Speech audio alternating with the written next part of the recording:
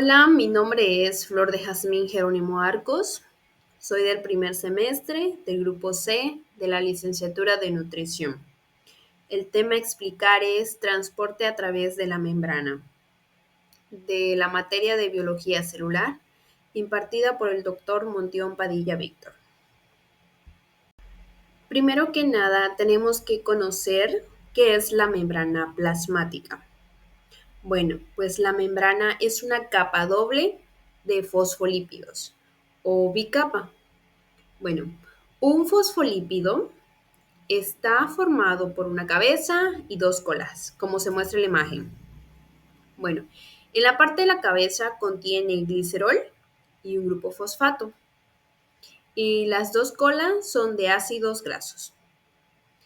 En sí la cabeza es hidrofílica, ya que pues tiene contacto con el agua, y las dos colas son hidrofóbicas. Por lo contrario, estas no tienen contacto con el agua. También la membrana es anfipática.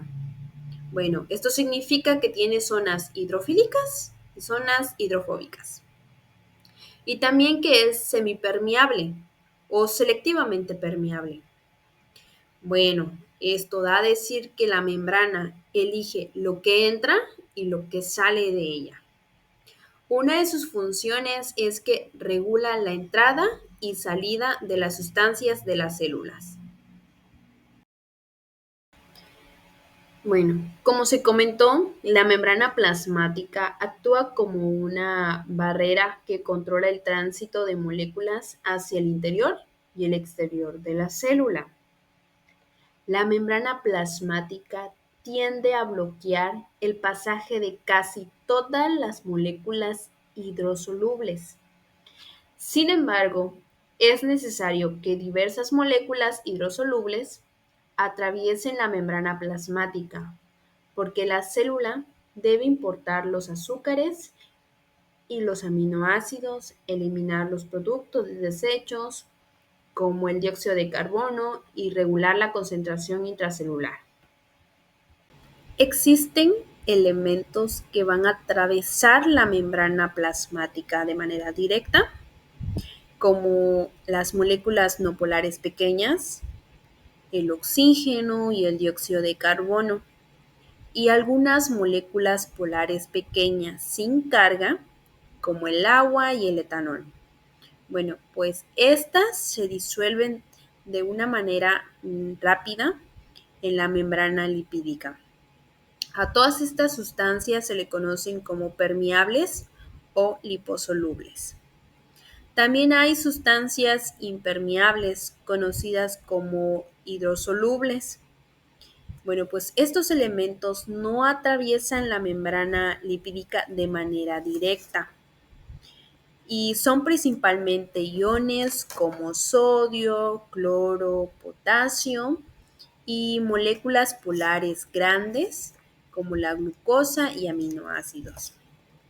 Esto se debe a que sus cargas eléctricas o su tamaño les impide atravesar la bicapa lipídica de la membrana. Por ese motivo se requiere de proteínas de transporte especializadas que permita atravesar estas moléculas de una forma más eficaz. Como se comentó, la membrana tiene la función de permitir la entrada de nutrientes como la salida de productos de desechos. Entonces, siempre va a haber un constante movimiento hacia adentro y hacia afuera de la célula. Existen dos tipos de transporte, que es el transporte pasivo y el activo.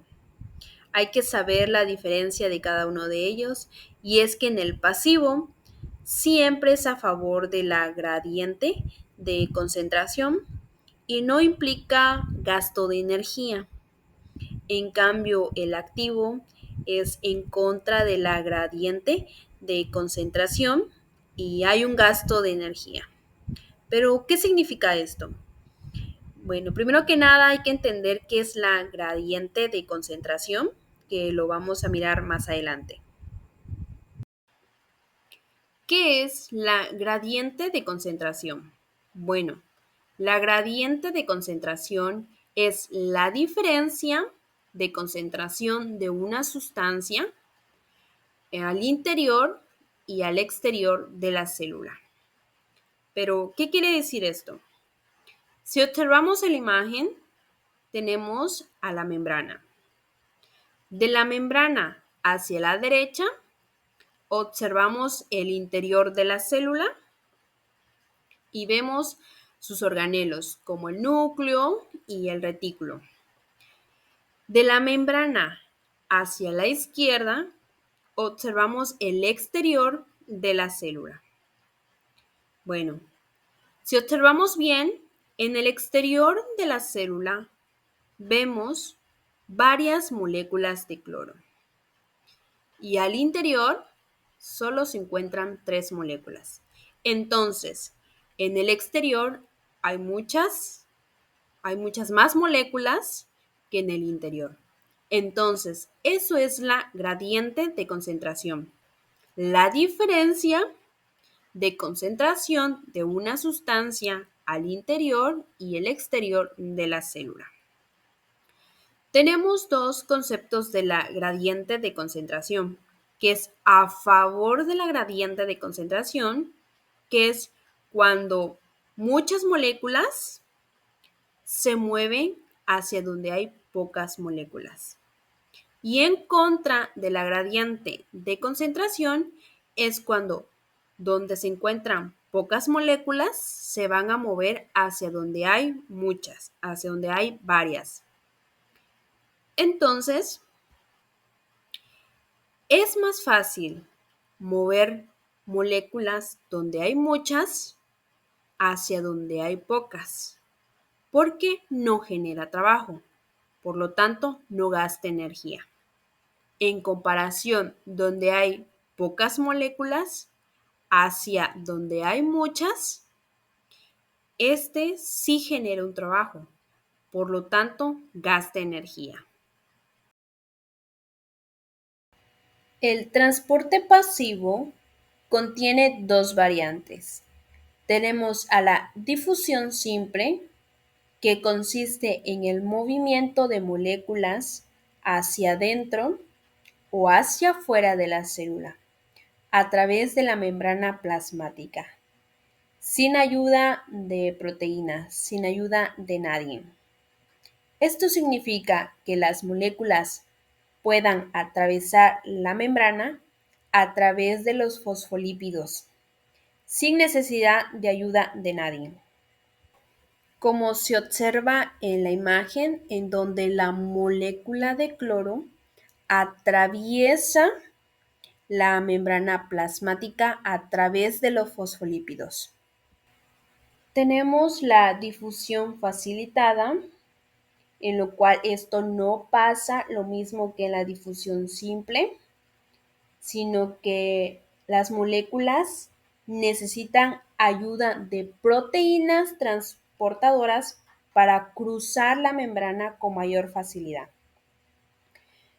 La difusión facilitada consiste en el movimiento de moléculas hacia adentro o afuera de la célula, como se comentó, con ayuda de proteínas transportadoras o canales iónicos. Observando la imagen, tenemos que una proteína transportadora se acomoda para recibir a la molécula y esta molécula entra a través del canal.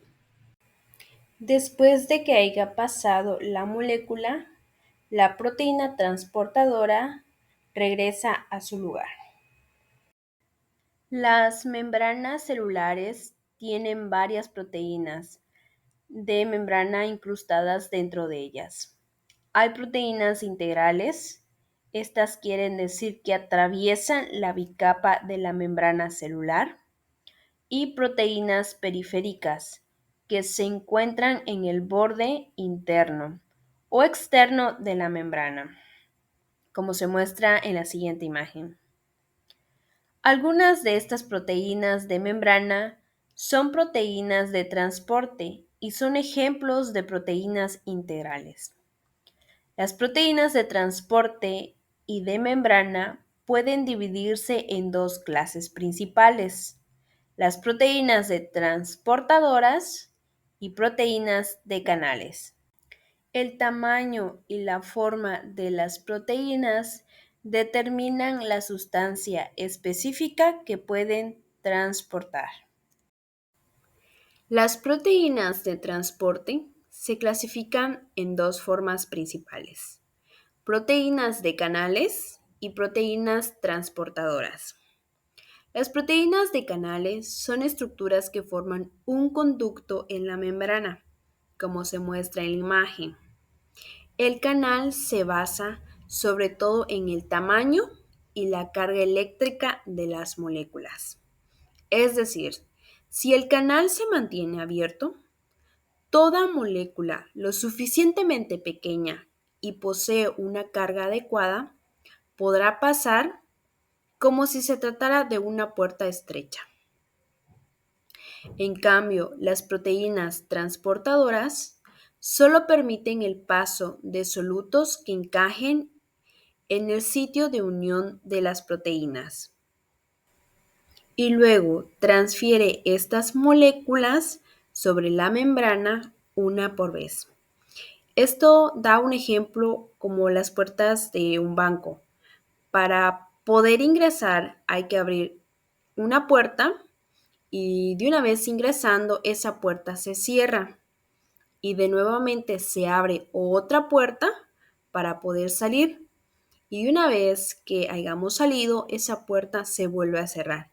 Esto es un ejemplo a lo que sucede en las proteínas transportadoras. La osmosis. La osmosis la podemos definir como el paso del solvente, que en este caso vendría siendo el agua, a través de una membrana semipermeable. Esto se da por medio de acuaporinas, que son proteínas que forman poros en la membrana.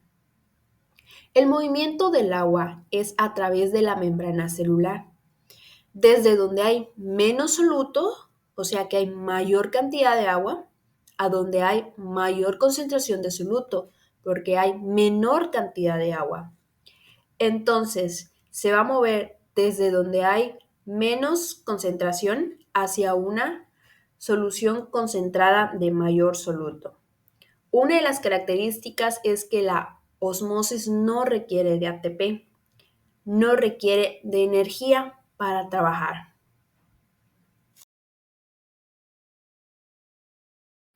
Seguimos con el transporte activo, que es cuando se mueve a través de la membrana celular contra su gradiente de concentración, lo que requiere de energía.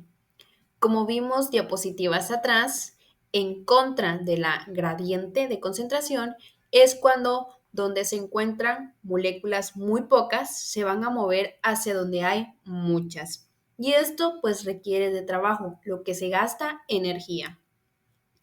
El transporte activo se divide en dos, en un transporte activo primario y transporte activo secundario. En el transporte activo primario utiliza proteínas transportadoras llamadas bombas iones para mover moléculas o iones específicas a través de la membrana celular. También está el transporte activo secundario, que es impulsado por otras sustancias que van a favor del gradiente de concentración. Encontramos dos tipos de transporte: el antiporte o con transportadoras y el sin porte. También están los endocitosis y exocitosis, que estos conforman el transporte de masa. Bueno, el transporte de masa es un proceso crucial para mover grandes cantidades de sustancias hacia adentro o hacia afuera de la célula. La principal diferencia del transporte activo primario y secundario es que en el transporte activo primario utiliza energía en forma de ATP.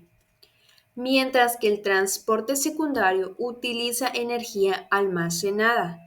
Es decir, que el transporte activo secundario funciona gracias a la energía que se transforma en la energía primaria. El transporte primario utiliza la energía del ATP. Se usa de manera directa para mover sustancias a través de la membrana plasmática. Un ejemplo de ellas es la bomba de sodio y potasio, que es crucial para mantener las potencias eléctricas de las células nerviosas y musculares. Esta bomba mueve 3 iones de sodio hacia afuera de la célula y 2 iones de potasio hacia adentro, en contra de la gradiente de concentración, como se muestra en el video. El transporte activo secundario utiliza la energía que proviene de los gradientes de concentración generados por el transporte activo primario para transportar moléculas en contra de sus gradientes de concentración. En este tipo de transporte encontramos el antiporte, donde dos moléculas se mueven en sentidos contrarios, como se muestra en la ilustración, y el simporte, donde dos moléculas se mueven hacia el mismo sentido. Y por último también está el uniporte, donde las moléculas se mueven únicamente en un sentido. El transporte de masa. Algunas moléculas o partículas son demasiadas grandes como para atravesar la membrana plasmática o para moverse a través de una proteína de transporte. Usan otros dos procesos de transporte activo para moverse estas macromoléculas dentro o fuera de la célula. Las vesículas u otros cuerpos en el citoplasma transportan macromoléculas o partículas grandes a través de la membrana plasmática. Hay dos tipos de vesículas de transporte, que son los endocitosis y exocitosis, como se ilustra en la imagen. Ambos procesos son de transporte activo que requieren energía. La endocitosis es el proceso de captura de una sustancia o partícula desde afuera de la célula envolviéndola con la membrana celular. Hay dos tipos principales de endocitosis, que son los fagocitosis y los pinocitosis. En los fagocitosis, donde la célula envuelve grandes partículas sólidas, como por ejemplo bacterias. Y en la pinocitosis, donde la célula engulle líquidos y pequeñas partículas disueltas. Finalizamos con los exocitosis, que es el proceso celular mediante el cual la célula expulsa al exterior sustancias grandes como proteína y neurotransmisores a través de vesículas que se fusionan con la membrana plasmática y liberan su contenido al espacio extracelular. En resumen, tenemos un video en donde representa los dos tipos de transporte, que es el transporte pasivo y el transporte activo. En el transporte pasivo podemos observar la difusión simple y la difusión facilitada.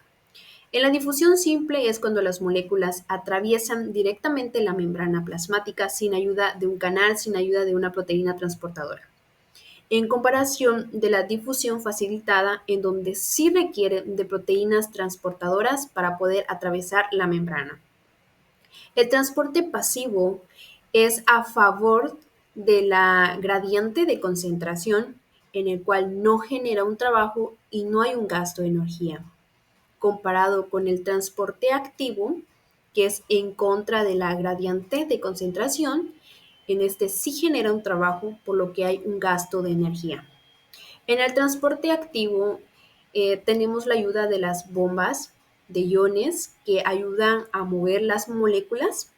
En este caso tenemos la bomba sodio-potasio, en donde expulsa 3 moléculas de sodio y entran 2 moléculas de potasio.